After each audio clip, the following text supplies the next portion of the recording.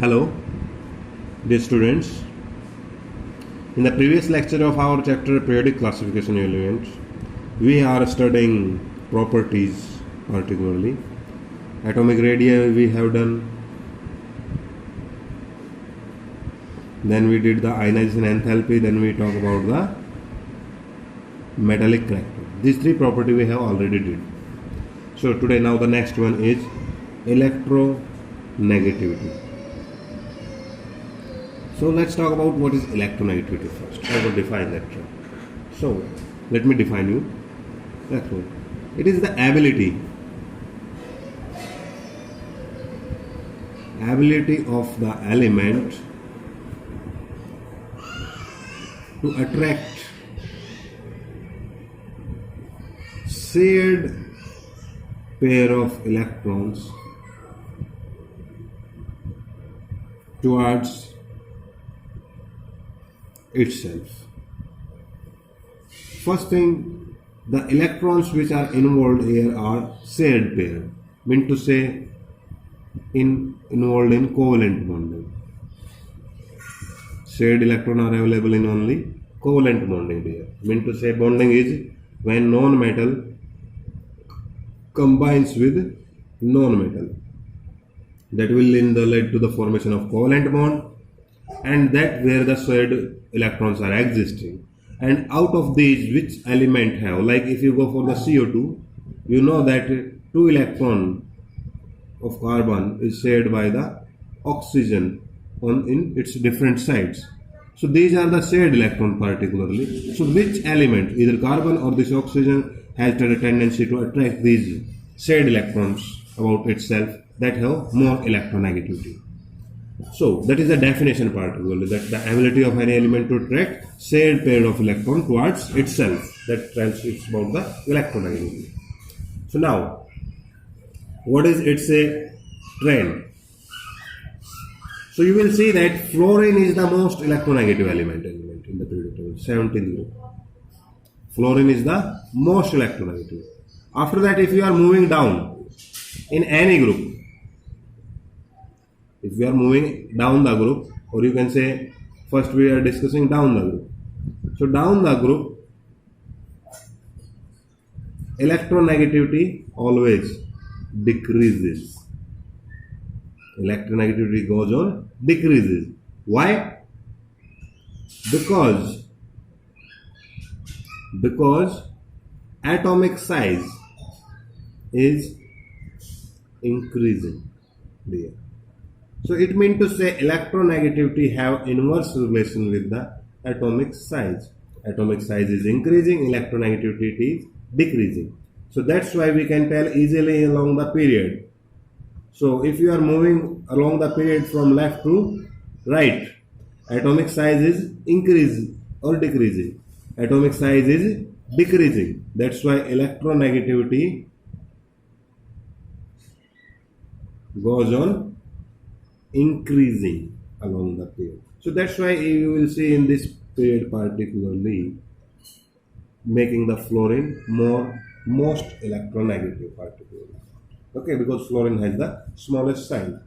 Okay, so that's become the fluorine. And if you move towards this direction also, size is increasing. That's why electronegativity in this also decreasing. And if you moving from higher, decreasing. If you move down in any group, electronegativity decreasing. And if you are moving along any period, electronegativity increasing, because it have inverse relation with your atomic size T. So this is about the electronegativity, its definition, its trends along the period and group, and the reason for that. You will see that metallic character, ionization enthalpy, and electronegativity, we have given the reason on the basis of the atomic sizes. Okay, only atomic size reason is based on the number of cells or where electron is adding particularly. Now, the last property we need to discuss in your chapter is valency. Okay. So valency. In the book you will get the definition that it is the combining capacity of an element. So, dear, this is not the exact definition. We will define the exact definition now. That valency is, or valency of any element is equals to number of valence electrons, number of valence cell electrons. If the number of valence electron is greater than 4, then valency will become 8 minus number of valence electron. Let me take the example to clearly understand that. Suppose if you will take the sodium, so 11 is the atomic number, the classification will become 281. So this is the valence cell. So its valency will become 1. Okay. Now if you go for magnesium, 282, the valency will become 2. If you go for the aluminium, it will become 283, the valency will become 3. Now if you go for the silicon, the valency 284, the valency will become 4. But after, if the electrons in the valence cell get increased than the 4, then how you will find out valency? That in the next case you will see that in phosphorus 285. So here the number of valence electrons are greater than 4. So you will find the valency 8 minus 5 gives you 3. So 3 is the valency. Valency is never given with the positive or negative dimension.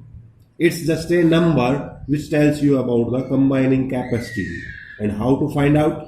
That depend on the number of electrons present in the valence cell. If they are up to 4, if they are 4, the valency is 4, 3, 3, 2, 2, 1, 1. But if they are greater than 4, you will do 8 minus 5. For sulfur as it is, 286 will be the, 6 is the valence electron, the valency will become 2. For chlorine, 287, the valency will become 1. So in such manner, you will tell the valency. Now, what about the trend? So if you go for a group particularly, any group, the valency of all elements is same because they have same number of valence electrons there. If you go for any group, talk about any group, they all have the same valence because they have the same number of valence electrons. And if you talk about along period, first it increases and you see that then it decreases, owing reason to because of number of valence electron present. So we signify that the valency concept is all dependent on the number of valence cell electrons. Valence cell is the outermost cell which have electrons in this cell. Okay. The valence cell is the outermost cell having electrons. Now, so today our properties also get completed. So our periodic classification of elements chapter has completed. So today your homework is, first thing, read the topic. Second thing, sort out 5 short type question and answer in rough notebook there. Third thing you will do, make notes particularly. Okay. Thank you.